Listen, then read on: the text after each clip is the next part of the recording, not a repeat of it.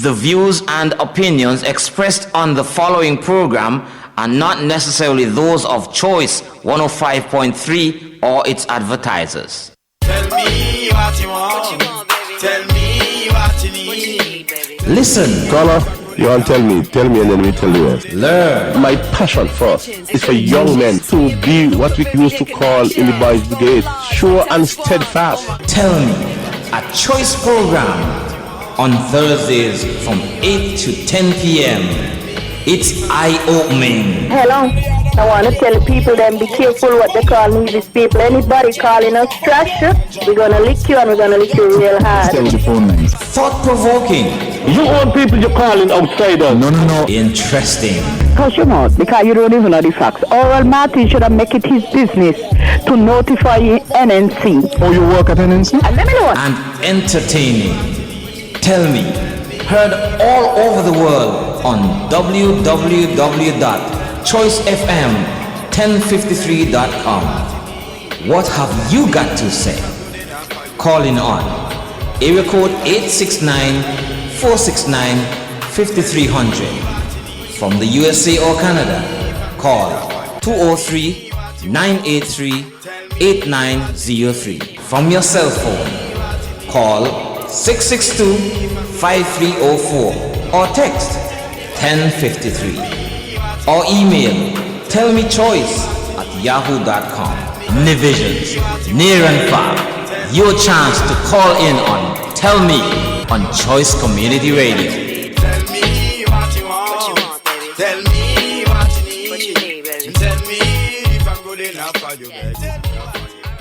Seabridge SKN announces their daily schedule between St. Kitts and Nevis. The boat departs Nevis at 7 a.m., 9 a.m., 11 a.m., 1, 3, and 6 p.m. That's 7 a.m., 9 a.m., 11 a.m., 1, 3, and 6 p.m. The boat leaves St. Kitts at 8 a.m., 10 a.m., 12 noon, 2, 4, and 7 p.m. That's leaving St. Kitts at 8 a.m., 10 a.m., 12 noon, 2, 4, and 7 p.m. Seabridge SKN, bridging the gap.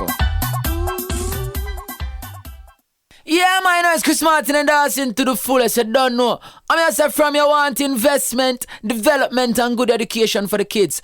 Me have to big up NRP. You don't know. Smartin representing for the NRP massive. Love yourself, believe in yourself. You're very important. Hashtag NRP a big deal. Alright, listen up.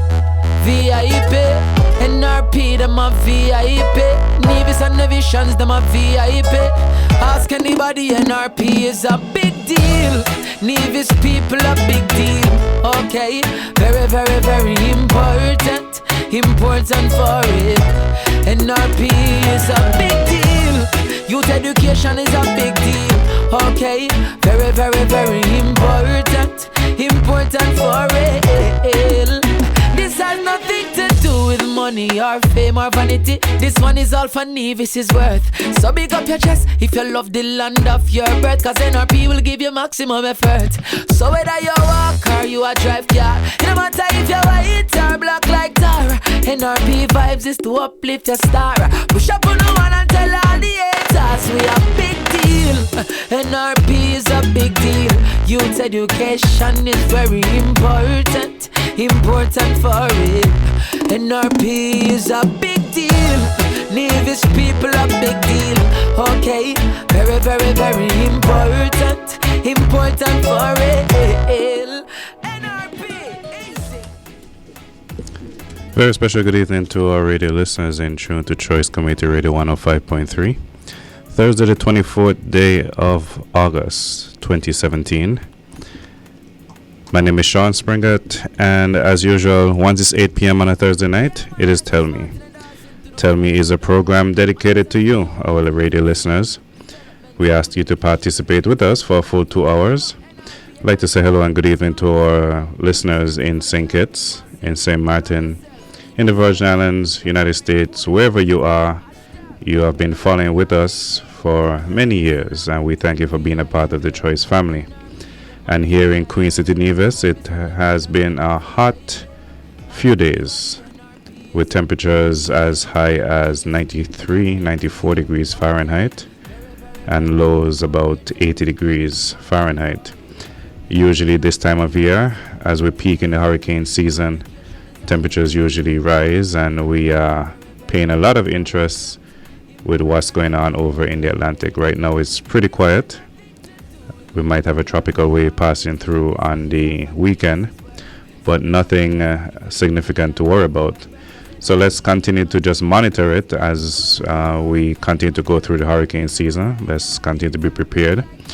With this day of information and technology, we have no reason to be caught off guard with any tropical development.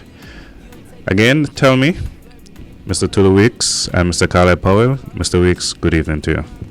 Good evening, Sean, and good evening to the listening public. Mr. P. And our host, Mr. Caleb Powell. Good evening to all our listeners, wherever you might be. And as Sean says, while it's a Thursday, we make it our business to come to be with you and to talk to you and with you. Have a little challenge this evening, though. We're without our telephones, and so we'll be doing the talking this evening unless you can message us on Facebook, and then we'll be able to respond to you that way. But for the second week running, we're without our phones. Hopefully we'll get this sorted and fixed so that you'll be able to come and speak with us next week, because we said tell me, but you can't tell us if we don't have the phone lines, or you find another means of communicating with us. Gentlemen, this evening I want to start on a very sad note. You know, we learned of the shooting death of Mr. Benjamin Joseph, and he, Benjamin Joseph, joins a growing list of business people here in Nevis who are being eliminated. In 2014, in February, 20th of February, we saw the shooting death of Carlisle Hobson, who was a small businessman. He did some fantastic number plates and so on, and other things. But he was shot dead. And then in 2015, April 6th and 17th, saw the shooting of Pablito Hanley in Fountain and Everett Hanley in Hamilton. And then August 6th, we saw the shooting death of Mr. Albert Myers, and he was shot there in Stony Grove. And then in 2016, we saw the shooting death of Mr. Garfield Claxton down in Jessop's Bay, High Day, 25th of July. And then we are now at the point where we saw the shooting of Mr. Benjamin Joseph. Penny's Road, he was shot on the 21st of August. And the trouble, gentlemen, with all of these murders of all of these businessmen, we are yet to hear that anybody has been prosecuted, anybody has been arrested, anybody has been charged, even though in one of the instances we noticed that a bounty was put up, that amount was put up for information leading to the arrest and conviction of Mr. Albert Myers. Yet still we have heard nothing, and the government remains silent on all of these killings. If you're a businessman in Nevis, it seems to me as if you have to get your own protection, because the government is failing miserably in offering protection to our business people. When you eliminate these businessmen, like Gary Claxton, for example, I'm not aware that anybody else is stepping up to the level that he stepped up and offered the kind of services that he offered. And so, gentlemen, we are again in mourning. And you know, as I said elsewhere in another radio program, this is not the first time that Mr. Benjamin Joseph encountered violence. I'm told that he was held up at some point and robbed. And the robbers got a grand total of $75. This time they didn't even ask him any questions. The gunman or gunmen opened fire and hit him twice about his body. I'm told he was shot to the stomach. Had surgery, and when people thought that he was coming along nicely, he passed away. It's sad. As you mentioned, Mr. Powell, you gave out the list of names, and you asked, what is the government doing? And it's probably a rhetorical question, because I think we have been going through this week after week, month after month, asking the question, but no one seems to be either listening to us, or if they're listening, they have pretty much turned their back and given us the cold shoulder. One of the reasons why you elect a government is to provide means of security for the people.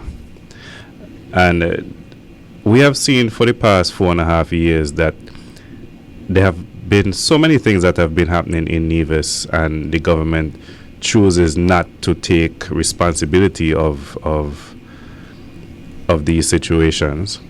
No, I'm not saying that they can go out there and put themselves in front of a bullet and protect us, but they must put policies and programs in place that would make the people feel comfortable. I'm hearing that there are 18 recruits out of St. Vincent. 18, I heard 30 odd. Okay, well, I heard 18 up to yesterday out of St. Vincent for the police force. And, you know, I'm not sure how comfortable many divisions are when we are hearing that the police force is almost foreign. I don't know why. Well, I know there are different reasons why people from Nevis are not going into the police force, but this is something that needs to be addressed seriously and immediately from the High Command and from the Premier. But we have looked at situations at, let's say, at the airport when the ATM went missing. Up to now, we have not heard anything from the administration. When it comes to the mass execution style killing of people in Nevis, it's a shame. It's a shame that in opposition there was so much answers, so many promises, and this is what we need to pin on the CCM, that that the CCM is a government full of broken promises. No FBI, no Scotland Yard that was promised for Dylan Clark. Just a way of getting into office to fill their own pockets and forget about the people. So I'm really hoping that the bell is rung and that the eyes of Nevisians are open and the Nevis Reformation Party gets back into office where the government can continue to do what it was doing for the people and getting Nevis back on track to where it needs to be. Gentlemen, I knew Ben from a very tender age. And Ben was one of those hard-working, independent young man in Nevis. And it is, again, painful that here we have another Nevisian, another person who would have contributed tremendously to the economic landscape of Nevis, a tremendous input in the tourism product in that he owned from his hard labor and operated for some time Filcher's Guest House. And it's a pity that his life again was snuffed out. But when we had the fourth murder on Nevis, the Premier of Nevis, in addressing the nation, assured the nation that Nevis would not rise to the level of crime that we had in 2016. And I think in 2016 we had about 4 or 5, might have been 5. And so he made it abundantly clear, solemnly promised that it will not happen, and that he would have had some plans with the police and what's not and what's not. Today, we are 7 murders in Nevis. And so, having promised us that he's going to stop the murders continues. Having promised us that it will be less than what it was in 2016, I would love to ask the Premier of Nevis I doubt he's on the island, but somebody will be able to tell him.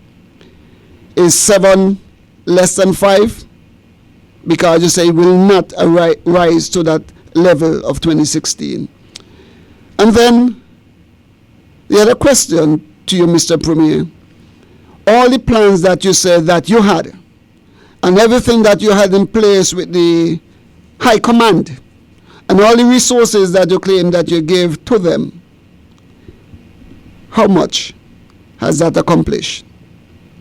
Again, we as a people are mourning, and all those who was close to Benjamin, I'm sure, is mourning this evening. And so from here, tell me, we say, give our hearts out to regards to his children and the rest of his siblings. And may God, by his grace, grant you comfort in these dark times in your lives. You see, at times like these, the people of Nevis need more than just words. You see, Van Samri, in making his statement on the death of Morella Webb of Cotton Ground, was careful enough to say that the murder of Morella, and she left behind 2 young children, was a cause for concern. And to quote Van Samri, this tragic loss of life and this impact of criminality and wanton waste of our human resources has to be stopped.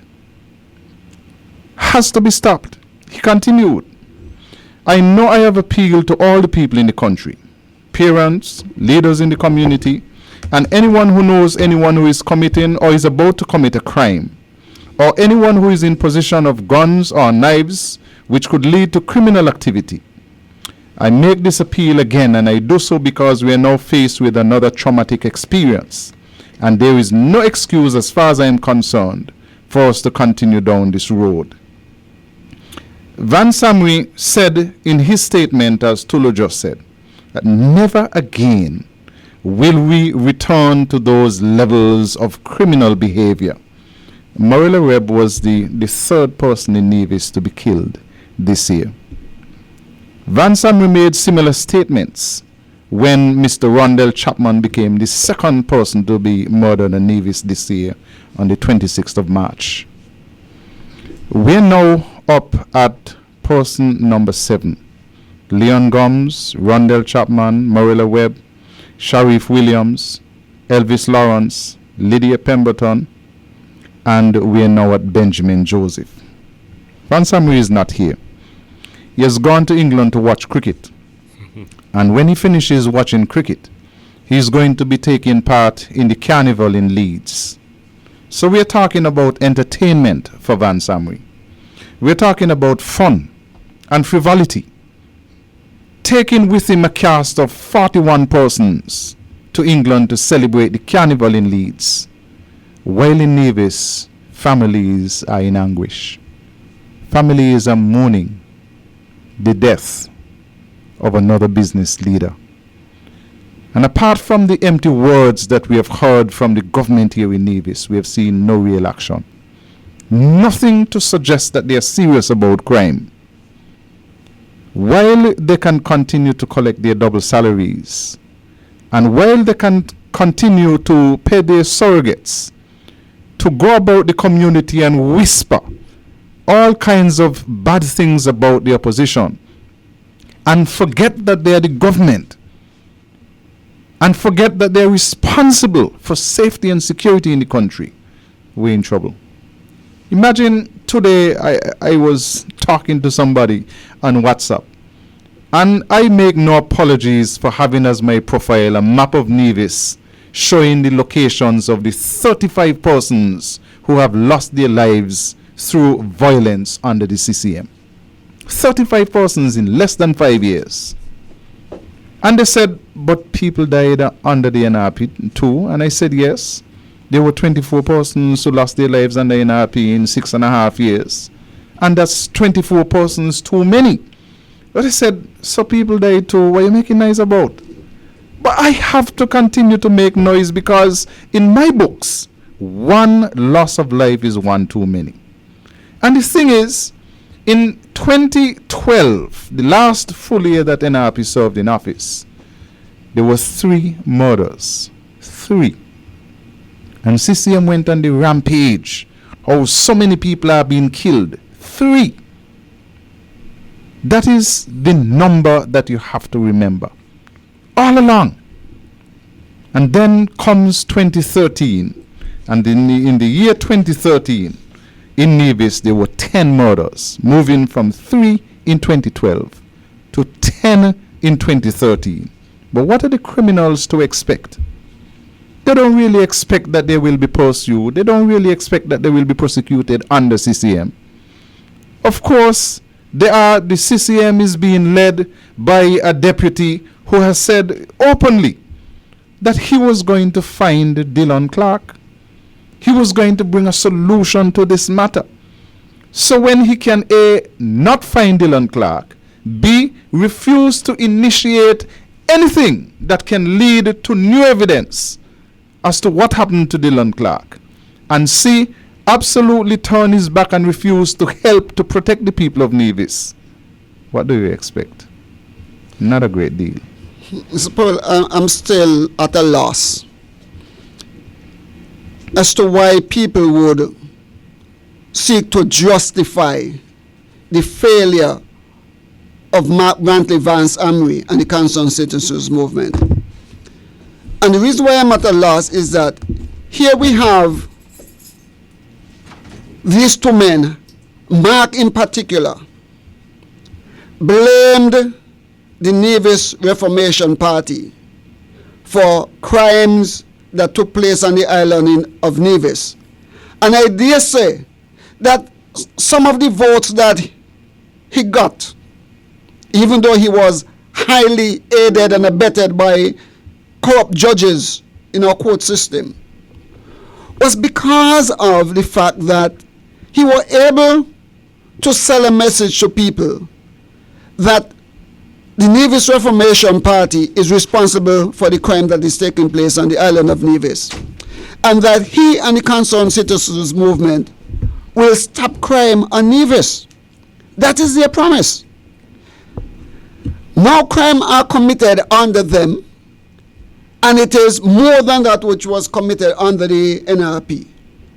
People in Nevis and people around the world are finding excuses for these 2 incompetent leaders who has promised so much and has delivered absolutely nothing. How could we find an excuse for them? What good for the goose, good for the gander? If NRP was to be blamed for the crime that was committed under their stewardship, and Vance and Mark says to you that we are going to stop it. As a matter of fact, in one declaration by Vance, he says that the CCM government, along with the federal government, with help from England and America, will stamp out and eradicate crime from the island of Nevis, St. Kitts and Nevis. None of that has happened. So why do we continue to find excuse for them while blaming everybody else for their failure? Vance and Mark has failed us. Well, you speak about their failure. And all of these murders that have taken place in Nevis is through, well, based on what I am getting, is through the gun. And I've been saying over and over again, we have to do something about our borders. It seems to be falling on deaf ears, but you can't. It must be a crisis on an island, 36 square miles, 12,000 people, with this rate of murders. This is not stabbing. This is not running people over. This is not knives. This is not stoning someone. This is guns. Where are the guns coming from? And this is where our leaders have failed to address this matter. They have failed to come to the people. They have ignored the fact that we have been crying out for our borders to be secured. You have people and sometimes in broad daylight shooting people. And when we expect them to address the situation, they speak about 4.5 years ago under the Nevis Reformation Party. If you are going to come to me 6 months before an election and all you can tell me is what happened 4.5 years ago, shows that you have produced nothing, that you have nothing to come to the people. Government can change, and you want to talk about what the opposition did, let's say 2 months, 3 months into your tenure. Okay. But 4.5 years, and you have nothing to bring to the people but speak about what happened 4.5 years ago? Sean, you talk about 4.5 years. 27 years later, Vance Army blaming Simeon Daniel for a generator that he purchased and gave 27 years of service to the people of Nevis, and the generator failed, and he says it's Daniel's fault. And so if he's casting blame, Vance Army spent 14 years in government, and he accomplished very little in the 14 years in government. And if I were to use the terminology of Mark Brantley, he was fast asleep for the 14 years in government, and a person fast asleep can accomplish anything. Okay? He spent all those time in government. You know why he accomplished very, very little? Because he spent those 14 years trying to pick all the weeds out of Sim Daniel garden and forget that he had a garden to plant. And so he planted none for himself.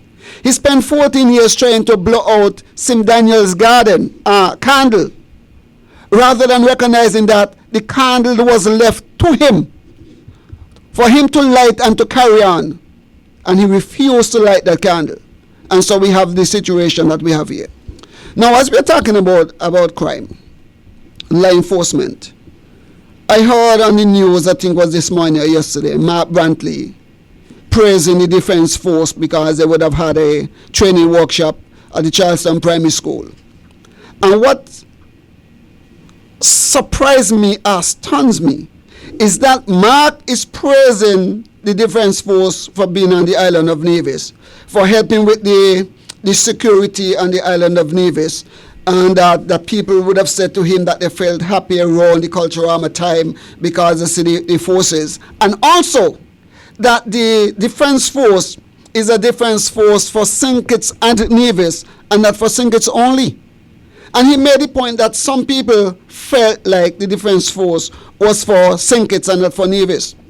I want to remind Mark Brantley and remind the people of Nevis and remind the people of the world that Joseph Parry, as the Premier of Nevis, sought assistance from the Defense Force to come to Nevis to help to deal with the crime issue. And the biggest voice that was there condemning Joseph Parry was Mark Brantley. He raised hell and saying that Sim Daniel got the Defense Force out of Nevis and Parry brought it back, and how Sim Daniel and Ivor Seville must have been in the grave turning over, how upset they are that the Defense Force was asked to be in Nevis. So when Vance Army and CCM was out of office, including Mark Brantley, it was wrong and a terrible thing to have a Defense Force presence in Nevis. Now today, under Mark Brantley's leadership and Vance Army, we have not only a Defense Force that comes over to assist, we have an army camp on the island of Nevis. But is it the same people that Mark and Vance didn't want to have on this island? They should not have been here. How much more hypocritical these guys could get? Yes, I'm happy that the Defense Force is here. I have no objection to them being here.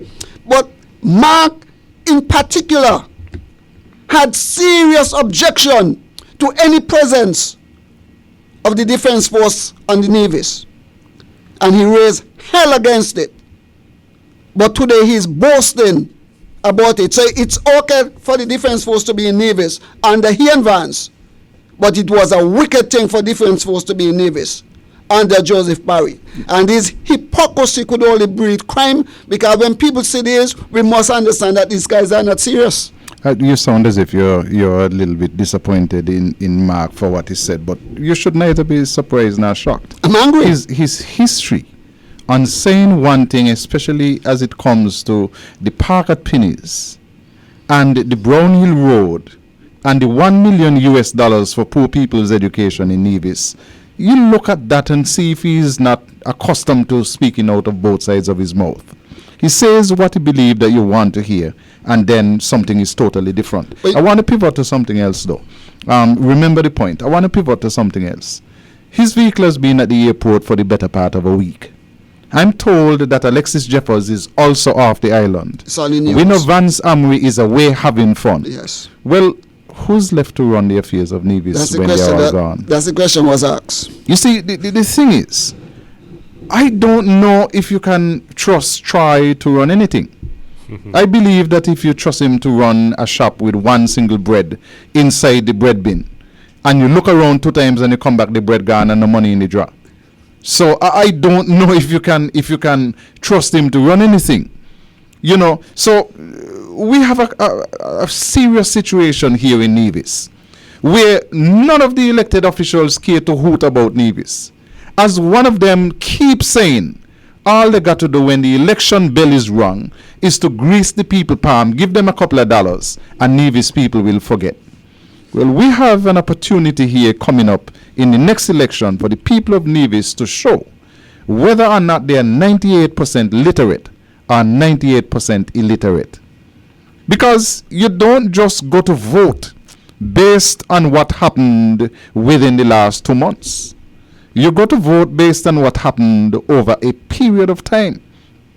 And when you put that under the microscope, you are going to have to decide whether or not the CCM is fit and proper to run Nevis. And gentlemen, I just want to read something which I saw on Facebook, which was sent to me on Facebook, and which I found very, very interesting.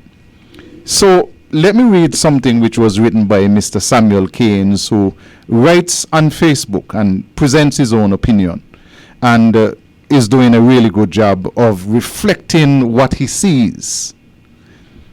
He said, "Today I reflected on the campaign that the NRP and its supporters have done over the past year to convince the electorate that the CCM, which Mark referred to in 2012 on one of his Wednesday night shows as, quote, this well-oiled blue machine, end of quote, was not well-oiled after all. So obvious and distinct was the rust in the not-so-well-oiled blue machine from earlier clock, that in spite of their grand promises and overstated boast of being capable of managing the economy of Nevis, 5 years later, they have not improved a lot of Nevisians beyond where NRP left it. The result for Nevis over the past 5 years, therefore, has been nothing but economic stagnation. My first history with the not-so-well-oiled blue machine started on the first day of their term in office in 2013, and it pertained to the fuel surcharge. Mr. Amri promised Nevisians during the campaign in 2011-2012 that if he was returned to office, he would bring immediate relief to the people by removing the fuel surcharge, which represented pain in people's pockets and severely retarded their spending capacity.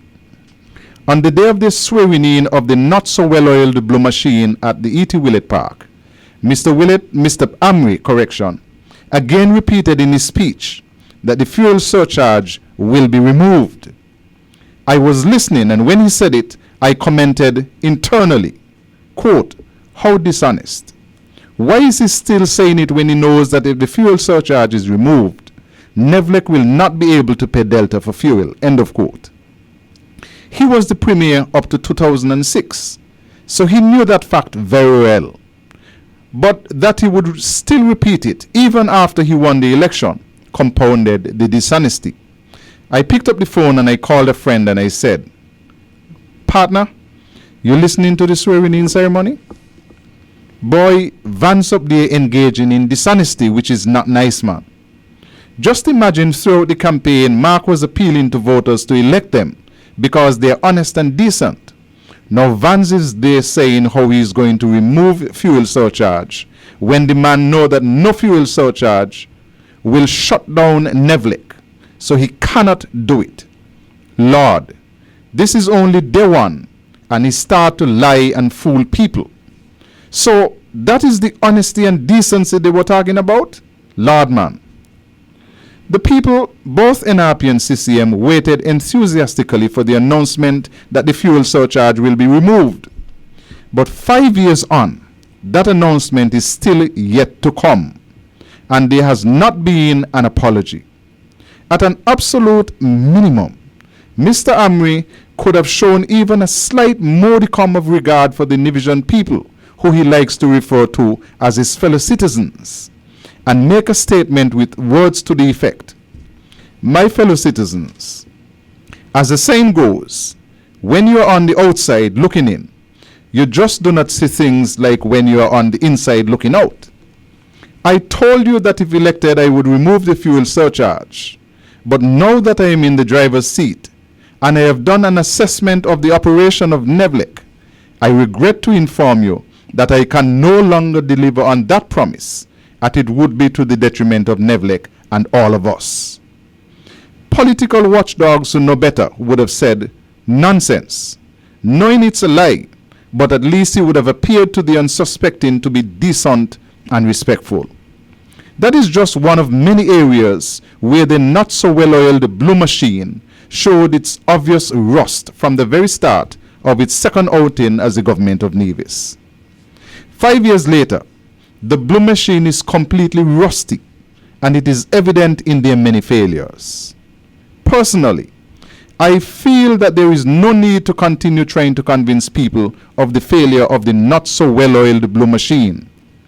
The message, in my view, has reverberated throughout the island, and today, in every nook and cranny of Nevis, everybody knows that the NRP in its one term completely outperformed the not so well-oiled blue machine, and therefore the NRP deserves to form the next government. So where do we go from here? I think that the focus now must shift to the voters. All of us who support the NRP now needs to start mobilizing the base and explain to the people that CCM's underperformance does not mean that CCM will be out of office automatically. They still have to be voted out. So NRP supporters must now be steadfast and be prepared to hit the polls early when the proverbial bell is rung. Too many NRP supporters did not vote in the last election, but yet wanted NRP to win. It does not work like that. You have to go out and vote for your party. Remember, a vote intended for the NRP but not given to the NRP is indirectly given to CCM, and we do not want that to happen. It is not enough to say that you want CCM to lose. You have to ensure that they lose by going out on polling day and vote. That was written by Samuel Keynes on his Facebook page. We'll take a break, and when we come back, Sean and Tulu will weigh in on that piece of advice. Very sound advice by Samuel Keynes. Back after this. You're listening to Choice Community Radio 105.3 FM, your community station. Seabridge SKN announces their daily schedule between St. Kitts and Nevis. The boat departs Nevis at 7 a.m., 9 a.m., 11 a.m., 1, 3, and 6 p.m. That's 7 a.m., 9 a.m., 11 a.m., 1, 3, and 6 p.m. The boat leaves St. Kitts at 8 a.m., 10 a.m., 12 noon, 2, 4, and 7 p.m. That's leaving St. Kitts at 8 a.m., 10 a.m., 12 noon, 2, 4, and 7 p.m. Seabridge SKN, bridging the gap. You are listening to Choice Community Radio 105.3 FM, your community station.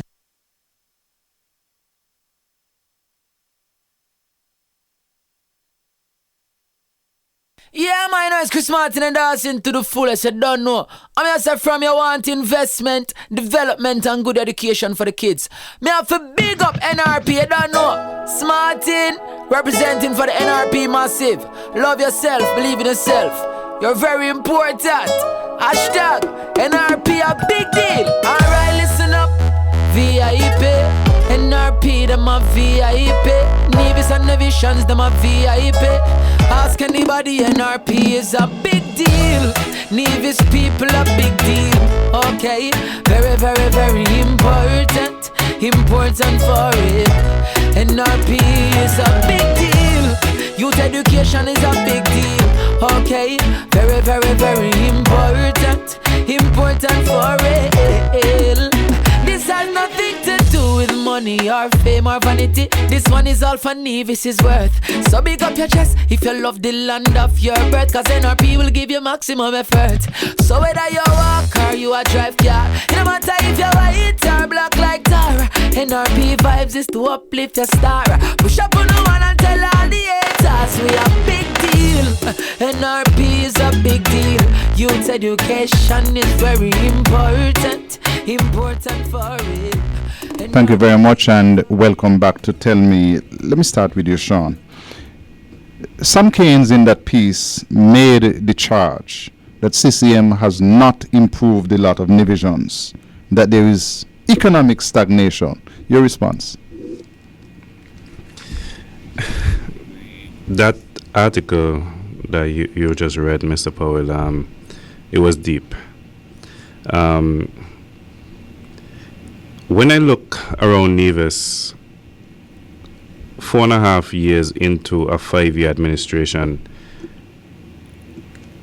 what I'm looking at is stagnant water. And usually when you hear about stagnant water, you hear about mosquito breeding, you hear about a stink smell, you hear about even diseases. And what I'm saying, this well-oiled blue machine, I'm not sure what it was oiled with, because I don't know if you have ever tried, to loosen something and you don't have WD-40 and well, I've tried it and I said, let me try use some oil. It might grease it up a little bit, but it doesn't work. And what end up happens, it attracts a lot of dirt, which in the end makes it worse than what you wanted. So this well-oiled blue machine wasn't oiled with any WD-40 or any kind of lubricant. And what has happened to Nevis has become stagnant. I'm hearing that there's a trucking industry. I don't know what kind of foolishness is that you have a trucking industry.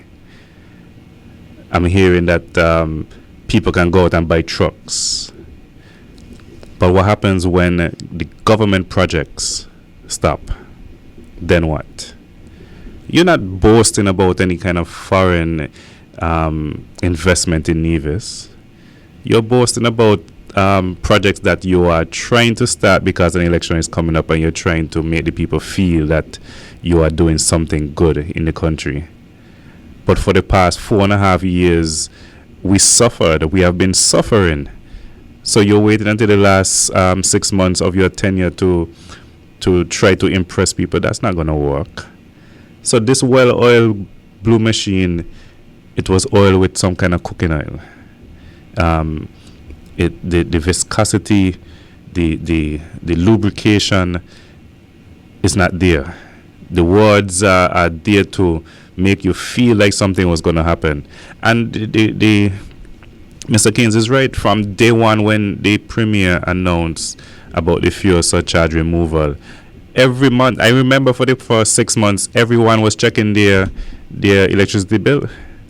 And sometimes the fuel surcharge went down and people were saying, yeah, they made good on their promise. But then the month after, it went up and no one had an answer for that. So I'm not sure, again, about this well-oiled blue machine. But I'm going to tell you this. At the end of this 5-year term, the people will speak. And I guarantee you that if we continue what we're doing every Thursday night and every Tuesday, Mr. Paul, with you and Dr. Daly, and on Tuesday afternoons on Freedom. Once we get the information out and we continue to educate the people and continue to open their eyes, we will see a change of government. Tulu, to you, the fuel surcharge, we know that they're boasting that they took off 25%, but that's not what they promised the people. They promised the people 100%. Your question, though, is that in that very same article, Sam Keynes said that too many Nivisions, too many NRP supporters stayed at home but hoped that NRP could win. This is the same thing that happened in 1992 when the NRP lost the election the first time around. NRP people said, listen, we want NRP to win, but we're not going to vote. That's not wise, is it? No, there is no wisdom in that. The way that you keep NRP in office is to go to the polls and vote. And the way that will keep Vance Army and Mark Brantley out of office is going to the poll and vote. Every vote matter. And I, for one, cannot understand how people would stay away from the polls when persons gave their lives, pay the ultimate price to give us that freedom. And those who did not pay the ultimate price spent time in prison and suffered in different ways in order for us to have this privilege today. There are people around the world who will be happy to have a privilege like this, to go to the poll in a free and fair election and to put a government in place. And so, yes, it's not wise for anybody to stay away from the poll and not voting. If you are convinced that the concerned citizens movement is the best thing for Nevis, go to the poll and vote. If you're convinced that NRP is the best thing for Nevis, go to the poll and vote. And when you would have put it all together, anybody with any conscience, whether it's just a fraction of a conscience, would know that NRP is best for Nevis. It has been proven over and over from the inception of the party that it is best. From the inception of the concerned citizens movement, anybody would understand that it is a party that was formed on deception, runs on deception, and thrive on deception. And those things will not get us anywhere. We're only going to go backward. Wait for another break. When we come back from this break, we want to look at a couple of other things. The service that we are having here at the airport, at the Van Samuel International Airport, we were promised that we'd see an increased level of service offered to Nevisians and people who want to fly out of Nevis. We're now told that the service between Antigua and Nevis, which was there, which didn't make a lot of sense from the beginning, in that the flight left Antigua about 15 minutes before the incoming flight from Barbados. And so if you were coming to Nevis, coming from Barbados or anywhere down in the windwards and you connected through Barbados, by the time you got into Antigua, the service to Nevis would have left. And so you would then have had to wait, like I had to wait on a couple of occasions, to take the flight into St. Kitts at 6:40 and then either spend the night in St. Kitts or take a water taxi to Nevis. We're told that that flight has now been suspended for a number of reasons. Lack of passengers, lack of payment. But when we come back, Sean will have the update on that for us. Back after this. You are listening to Choice Community Radio 105.3 FM. Your community station. Seabridge SKN announces their daily schedule between St. Kitts and Nevis. The boat departs Nevis at 7 a.m., 9 a.m., 11 a.m., 1, 3, and 6 p.m. That's 7 a.m., 9 a.m., 11 a.m., 1, 3, and 6 p.m. The boat leaves St. Kitts at 8 a.m., 10 a.m., 12 noon, 2, 4, and 7 p.m. That's leaving St. Kitts at 8 a.m., 10 a.m., 12 noon, 2, 4, and 7 p.m. Seabridge SKN, bridging the gap. Yeah, man, know it's Chris Martin and dancing to the fullest. You don't know. I mean, I say from you want investment, development, and good education for the kids. Me have to big up NRP. You don't know. Smartin representing for the NRP massive. Love yourself, believe in yourself. You're very important. Hashtag NRP a big deal. Alright, listen up. VIP, NRP, them a VIP. Nevis and Navisions, them a VIP.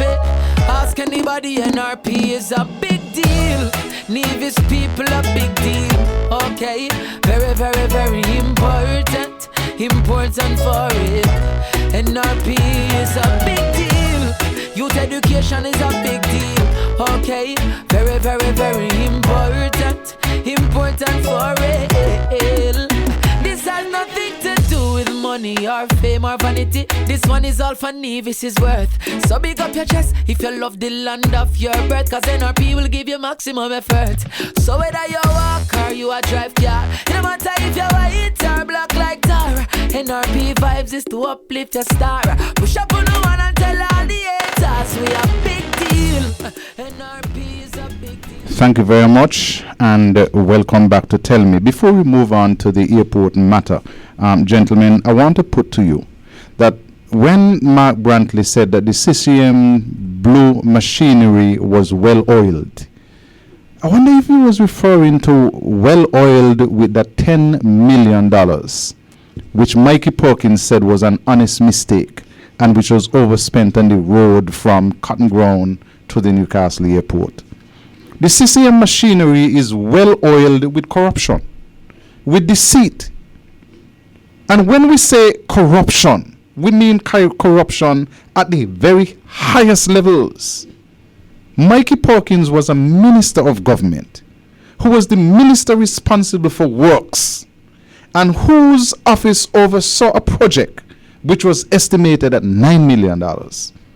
And which came in $10 million over budget. I mean, they have never been able to give an explanation apart from the fact that it was an honest mistake. Mikey Perkins, as a minister of government, was in charge of the airport project. You're talking about an airport project where Mikey Perkins worked. He was there working as a consultant on the project. And according to Lashley, in a report which I saw and which I have a copy of, Mikey Perkins took a trip, an all-expense-paid trip from the people who eventually won the bid to do the job at the airport, to Venezuela. All-expense-paid trip. And these people came in, could not put up not even the initial sums that they were supposed to put up. The performance bond. Couldn't put up they couldn't post the performance bond, but they ended up getting the job. The government of Nevis had to give them $250,000 to help them out with their performance bond. Had to go down to a bank in Charlestown to take a loan. And at the back end of the project, when you are looking to see if some of the monies were repaid, you have no evidence. So graft and corruption, these represent the oiling of the big blue machinery. And it didn't stop there. Remember that Mark Brantley said he had $1 million to help the poor children of Nevis with their education. They were supposed to get grants. And since he said he had the money and had a call from overseas to confirm that the money was in Nevis and Mark Brantley had the money, where somebody stole the money. I have never heard Mark Brantley say anybody stole the money from him. 10 years now. So if he said he had the money and the money is missing, I am going to investigate that for corruption.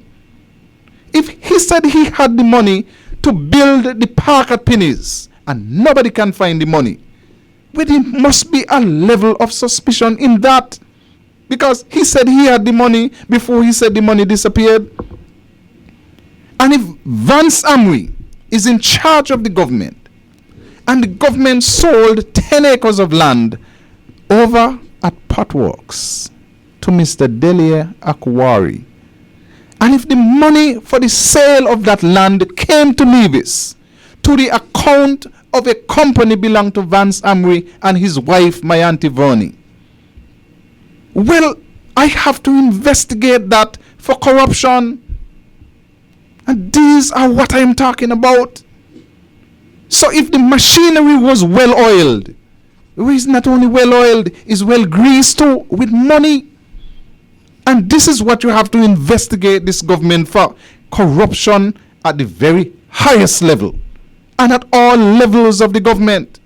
When you look at Hanley's Road, I want to investigate the role of Minister Troy Libod in Hanley's Road and his involvement with equipment and machinery used on Hanley's Road. I want them to give an account for every cent that was spent on Hanley's Road. I want to have the Integrity in Public Life Act, because I want to ask Minister Troy Libod, or have somebody ask for me, when Public Works could do the downstairs of the Labor Department building for $260,000, when the mighty Flamingo could bid on the upstairs more than 100,000 less than your father, and your father got the job for double the cost of downstairs plus some. Let us trace the money, because it does not look good, it does not smell good. So bring on the integrity in public life and let us see. You say well oiled, I am saying not only well oiled but well greased. And that you people who are talking about people having their mouth in the trough are your whole body in the trough, eating and drinking and making merry. Sean, let's go to the airport. What's happening over there? Just before you get to the airport, because you just read something there. Let us look at the road. Let us look at the road in Hamilton. The road in Hamilton, from the dam go up to my area, was stalled for approximately 3 months. And I was told, when questioned what happened, that they were waiting for a piece of equipment, a curb machine. I, for one, when I asked what this curb machine is, because I did not know what it was, I was told a machine like a what paving hard to put in the curb. And also I say yes. I said that is good, government buying one. Since I get rid of paving, government gonna get their own. Only to find out when the machine did came and operational, and I said, oh, the government finally got the machine. To be told, no, the machine that belongs to the government. The machine has some connection to do with the minister. And so here it is that you run paving. The project slowed down to accommodate not the government. The government has all of these projects that they're now fighting to do with. They're going to try to run with NRP to try to say they're going to do more roads than NRP. And the government did not invest in a curb machine. I am told that one of the minister of the government is the person who invested in the machine and supervising the machine when the machine goes and jobs. And so when you speak about corruption or grease with whatever is grease with, the government ministers are making out hefty off of the people of Nevis, because that machine should have been bought and owned and operated by the government. But all of them getting their kickback from somewhere who is not getting it from land, is getting it from whatever projects are under their control. And so it smells like corruption. It looks like corruption. It sounds like corruption. And when it is finally investigated, the judge might very well says, the unusual has happened here. We're going to get to that unusual case tonight. Okay. We're spending some time on that Anbas case tonight in the second half. Sean? Yeah, well, before we get to the airport, you started up answers, Mr. Powell. You're talking about Public Works doing work on a private citizen's home. You speak about excavators, heavy equipment coming in under a different name but ties to a minister. You speak about ministers of government, relatives, winning contracts without putting in any kind of bids. You speak about ministers of government's law firm working for the government. I mean, the list goes on. I mean, are we speaking about some third world country, someplace that most of us has never been? Are we speaking here about right here in Nevis? The government ministers anywhere in the world would have gone to jail, Sean. If you follow what's taking place around the world, let's go down next door to Brazil. The prime minister, the president, whatever her title was, president, had to resign. Members of our government had to resign, and even the minister now, the president now, they're calling him for him to resign because they found out that while he squealed and whatever, his hand was in cooking jar too. But worse than that, Lula da Silva, the president, for some time before, was given a 9-year jail sentence. He has appealed, of course. Mm-hmm. Remember when the NRP was in and we had the Commission of Inquiry? The then opposition CCM fought tooth and nail to prevent this inquiry from taking place. When this new NRP comes in, I'm telling you straight up, Commission of Inquiry from the beginning, because I need to know where my taxpayer, where my taxes went to, where the money went to. I'm sure that you want to know. Because, you know, sometimes I drive to the country and I look and I see a 2-story house and I am told that Public Works assisted with the construction of that house. I'm hearing this talk. I drive down Hanley's Road and I'm hearing that that ministers of government, heavy equipment were involved in this. And then we speak about a trucking industry. And we want to know, well, are ministers of government involved in this quote-unquote trucking industry? These are things that the people need to know. And whether you support NRP or CCM, this has nothing to do with politics. This is about how government is run. And if you want to know how your money is being spent, you would want to know, you would want all this information to come out. You know why we are? Because some judge or judges, when they tried tooth and nail to stop the Commission of Inquiry, indicated that nobody has any right to inquire into the performance of the concerned citizens movement because it was deemed to be prejudice against the premier, or the haters that a man was asked to give an account for his stewardship, a very same man who said that he was investigating those who went before him. He investigated them to see if they did anything wrong. And when time came up for investigation, a judge said that nobody has any right to investigate. And you know what in their mindset? Nobody could investigate what we do based on the court. So they has done worse in this last 5 years than what they did in 14 years. Because there has been given leeway to do it. And the people of Nevis did not hold them accountable for their corruption and their bad deeds. And so they tell us that we have a free ride. Tulu, 11 years ago, I did an interview with the late Sir Simeon Daniel. And during the course of that interview, he made the point that they, meaning Vance Amri and CCM, did several investigations into his administration. True. And I can hear his words ringing in my ear even tonight, long after he has been laid to rest, that they did an investigation. But, you know, Mr. Powell, they didn't find nothing. They didn't find anything. Those were the words that he said to me. But not only did they do that investigation, you know that they spent a lot of money and did an investigation into Nevis Express. Kroll and Associates. I have a copy of that report too. And that is investigating a matter where the CCM administration badly spent $5 million of the people's money in Nevis. But yet still, they want to think that nobody must investigate them. And I have never in the history of Nevis found a more corrupt government than this Vance Amri-led administration. These are stories that you read of some republics in Africa. You don't associate these with what they seem to want people to think are decent people in Nevis. Unfortunately, but that is what is happening. Sean, let's get to the airport now. What's happening over there? I'm told that some days the airport is closed at noon.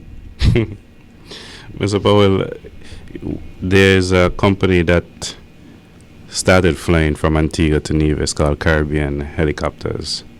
They started to fill the role of Liat. Well, the minister said that they were going to fill the emptiness, fill the void when Lee had stopped.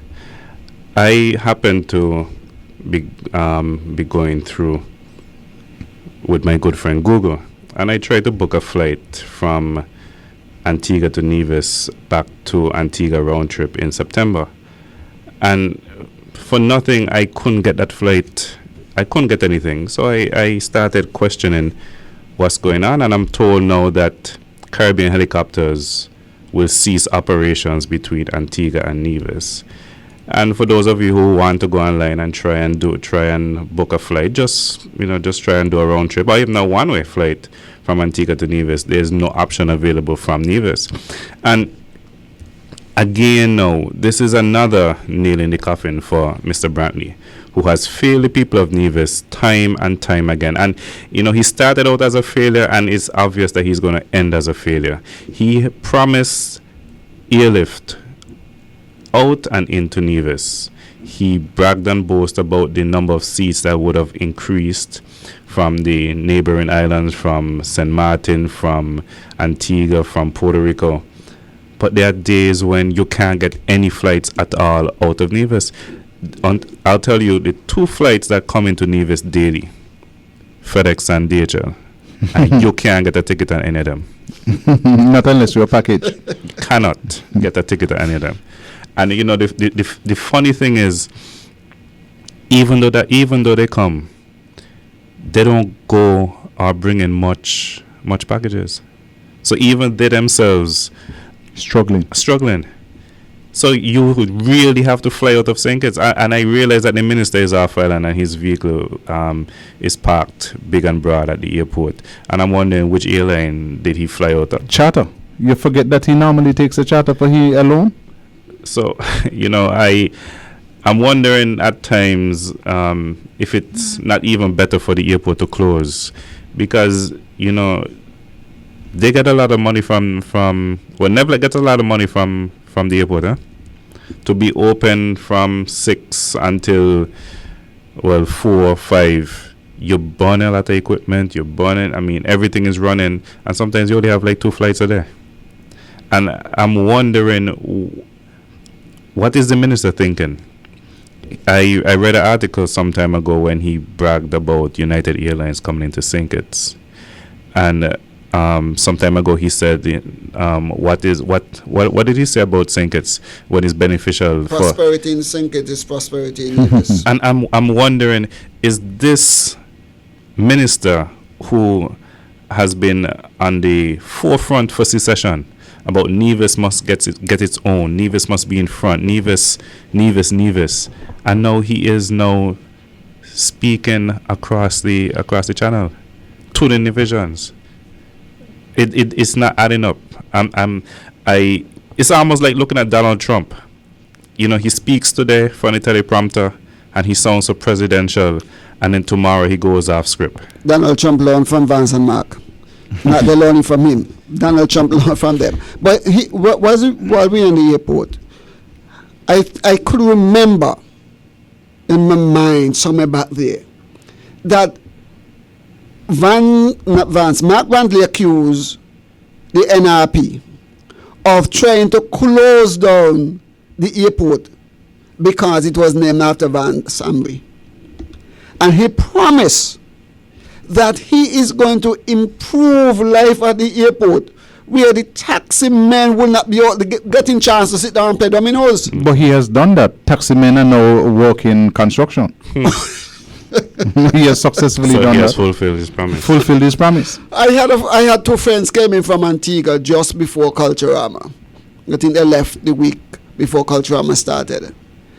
And I was amazed that they live in Antigua couldn't get a flight into Nevis. So they traveled from Antigua to St. Kitts, take the boat across the shark-infested water into Nevis, and then took the boat across the shark-infested waters back into St. Kitts and back into Antigua. So if we had a link, as the minister said, the government said, between Antigua and Nevis, I was wondering, how is it that this person was traveling from Antigua to Nevis and back to Antigua, and they couldn't get a flight into Nevis? Now I did not ask them, but now I'm understanding why. But I'll tell you something now. I not only blame the Minister of Tourism for what's happening at the airport, but I also blame the management at NASPA. I also blame the people in tourism. I blame the Premier too. I blame the Premier because the airport is named after him. And not only that, while the Minister of Tourism in Nevis is telling Navigians, please use the Vance W. Amri International for your travel, Vance Amri is saying to Navigian, I put on an extra flight, an extra boat for you, so you please get the ferry across the water to go to Singapore to get the flight. And so this is what we have. Which leaves at 6 a.m. Gentlemen, let me switch again. I'm going to do a lot of switching during the last hour. We are going to get to the unbiased matter, but let me switch again. Nevlec, they said that the power is stable, and they announced that we were going to have the commissioning of the new generator this month. But they didn't bargain that Van Samri would go to England to watch cricket. So they are now going to be commissioning that new generator on the 11th of September. But here my challenge, gentlemen. I have a little place down there in Prospect, Malcolm Hill. My electricity has gone off 96 times for the month of August. The month of August. 96 times. You serious? 96 times. I have a friend who has a standby generator, not in my area, in another part of the island. And that standby generator has worked for nearly 200 hours. That's not a standby. That is like a mains generator. That is the same point he made to me, Sean, that when the maintenance man came and saw the number of hours, he said, but this is not operating like a standby generator. I mean, something as simple as electricity. Nevlec still can't get it right. But they didn't have a week of celebration.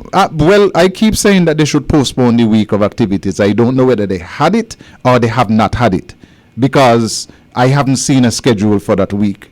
But my thing is, when you take out 4 megawatts of power, replace it with 3.85 megawatts of power, what that is suggesting is that whenever you have to do maintenance on that generator, you're still going to have to do load shedding.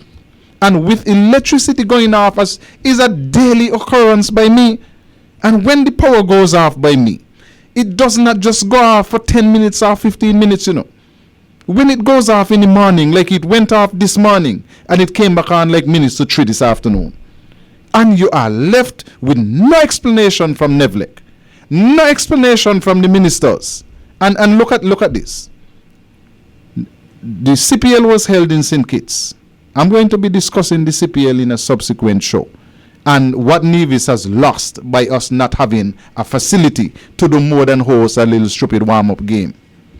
But last night for the final game in St. Kitts, boy, every single boat that went to St. Kitts went full. Water taxis, the ferries, all of them went full.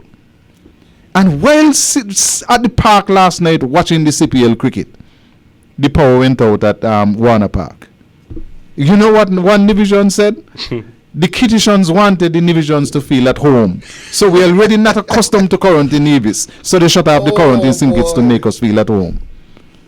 But it is really annoying the way that our power keeps going out in Nevis and no explanation from Nevlec. The president of the Nevis Island Assembly is the chairman for Nevlec. That is Mr. Farrell Smitten. And I have absolutely no idea why Alexis Jeffers has not yet fired Farrell Smitten from chairmanship of Nevlec. I have no reason why Van Samri has not in turn fired Alexis Jeffers from being the minister responsible for Nevlec.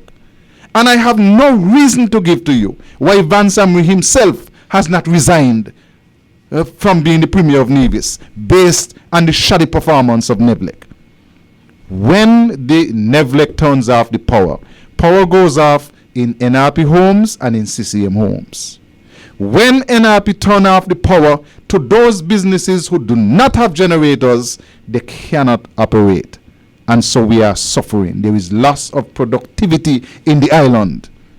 What else must we do to say to the people of Nevis that when the time comes for you to vote, you're going to have to vote against this poor poor performance by Nevlec. You cannot sit down in your homes and say, no, what we are going to do is to blame NRP because 27 years ago, Sim Daniel bought a generator.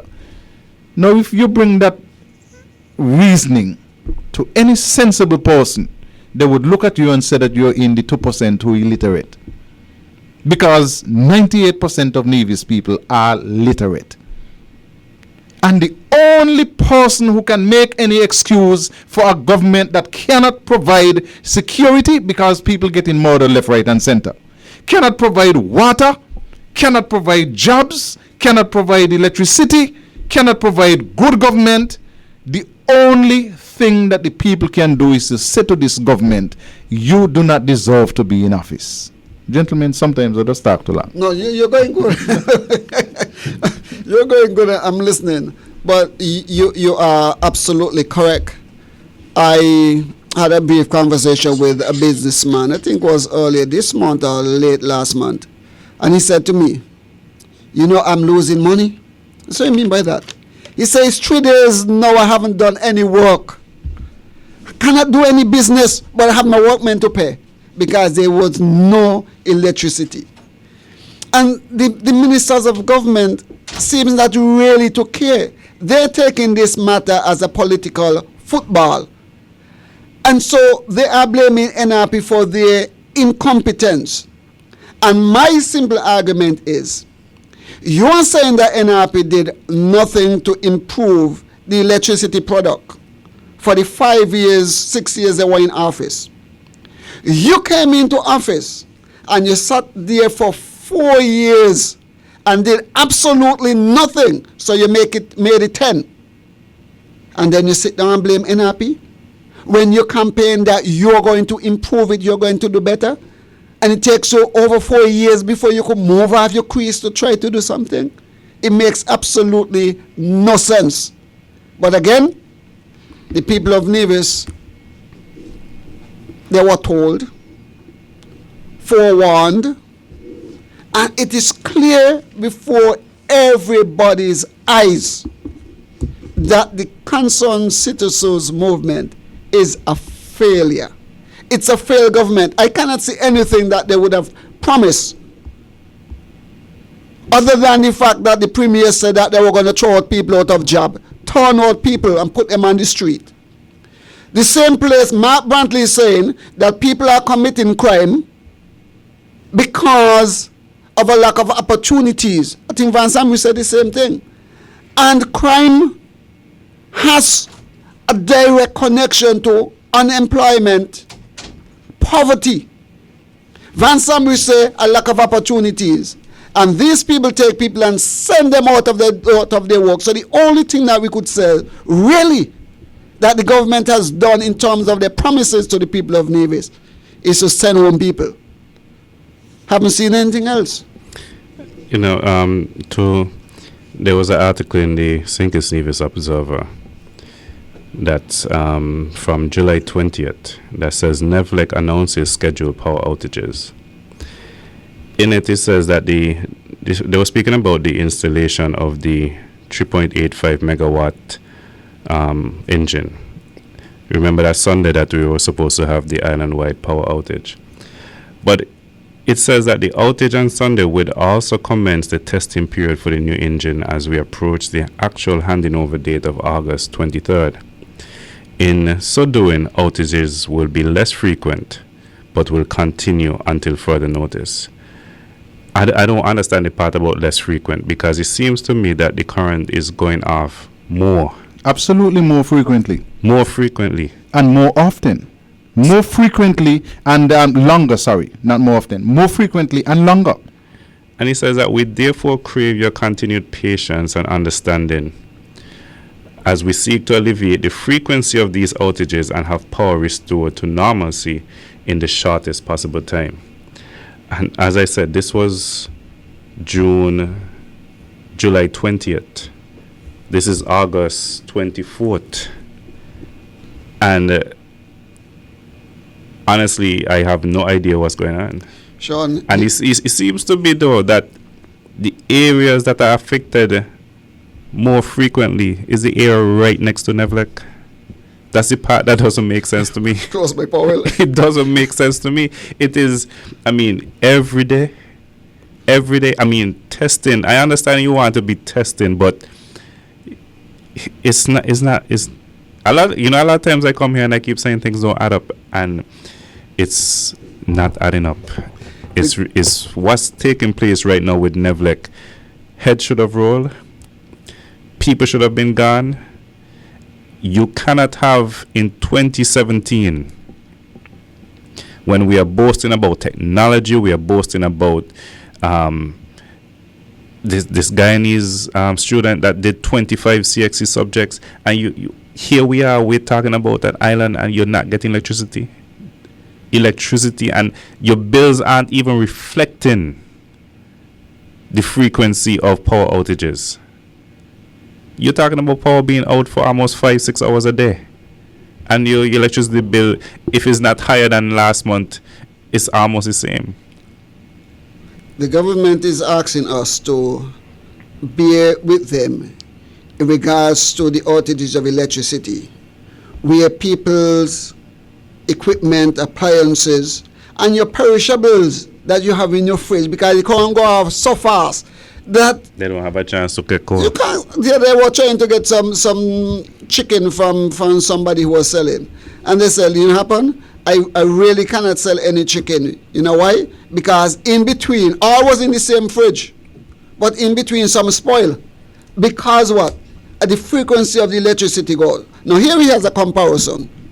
We are losing more with the electricity outages, and the government has said that we must be with them. Now go back to this. Water went off for about 15 minutes. One day because there was a broken pipe, so we had to turn the water off. And Vance Amrim went on national radio and said to the world that he got up one morning, wanted a shower, and he couldn't get a shower because the water was running, and how annoyed he was with no water running for about 15 minutes. Let's give it let's say spell it out an hour. It was not an hour, but let's say an hour. There was no water, and he let the world know that he was totally annoyed because he didn't have water in the space of time. But the same government going to say that you have electricity out for hours, 4 and 5 hours at a time, sometimes longer than that. And hear what they're saying to us? Bear with us. But Vance Amrim was not prepared to bear with us because water was out. But if you go on the Nevlec website and you search about outages, it says power outages occur for many reasons and can last from a few minutes to hours or longer. Most common causes of power outages are extreme weather, trees, vehicle accidents, planned interruptions, and equipment failure. And out of these 5, is it equipment failure? Because we haven't been having any kind of extreme weather besides the heat. I'm not sure about the trees that are falling down because there are people going around trimming the trees from the lines. You have had outages because of vehicle accidents, yes. So that leaves us just to plan the interruptions and equipment failures. This is on the Nevlec website. It has not been updated, but this is what they're telling us. And if I am not hearing from Nevlec regarding the frequent power outages, I need to go on their website to find out what's going on. And if this is what they're telling me, they need to come better than this. Gentlemen, we're going to switch again. Tonight, the Doe brothers are on tour in New York. They have shifted from Florida, and they are now in New York. And right as we speak to you, they should be performing at the Crawford Memorial Methodist Church in the Bronx, 3757 White Plains Road. You're a bit late if you're not there. But you can catch them tomorrow night at the Ebenezer Pilgrim Holiness Church, and that is on 708 East 216th Street in the Bronx. On Saturday night, they're not taking a break. They will be performing every night from tonight. On Saturday night, they will be at the First Wesleyan Church, 1440 Flatbush Avenue in Brooklyn. And they finish up the North American tour by performing on Sunday at the Mount Carmel Pentecostal Church on 3050 White Plains Road in the Bronx. So that's Renford Door, Lanny Door, and Alistair Door, who are performing, celebrating their 25th anniversary. That's a lot of years. 25th anniversary. And I hope that they are putting down a splendid, splendid performance. And while we are away, let us look on the other side of the Atlantic. You know, Nevis, we found enough money to send 41 persons to England to celebrate the 50th anniversary of the Leeds Carnival. It's the 50th anniversary of the Leeds Carnival. 41 persons gone, but I heard that 9 persons were left back yesterday. I am wondering if Van Samuel was playing a trick and saying, well, it's 50 years of the carnival, 41 people supposed to go, leave back 9, and then you add the 9 to the 41 and you say it's 50 for 50 years. No, I just like foolishness. But 9 persons, I'm told, including some members of the string band, were left back yesterday. I hope they were trying to get out today to Antigua to pick up a flight from Antigua, heading up. I hope that they are able to make it. But my own problem is we're spending $300,000 to $400,000 to send all these people up to Leeds Carnival. I don't know that up there they're going to be promoting Culturama. They're going to be looking to get some kind of industry from Leeds to come to Nevis, that they're going to be attracting people from Leeds to come to Nevis to participate in our Culturama here. I don't know that they're going to be doing anything but having a good time. And Vance Amry specifically is going to watch cricket at Headingley down there in Leeds. So we can find that 300,000 or 400,000, whatever it is, to send people overseas.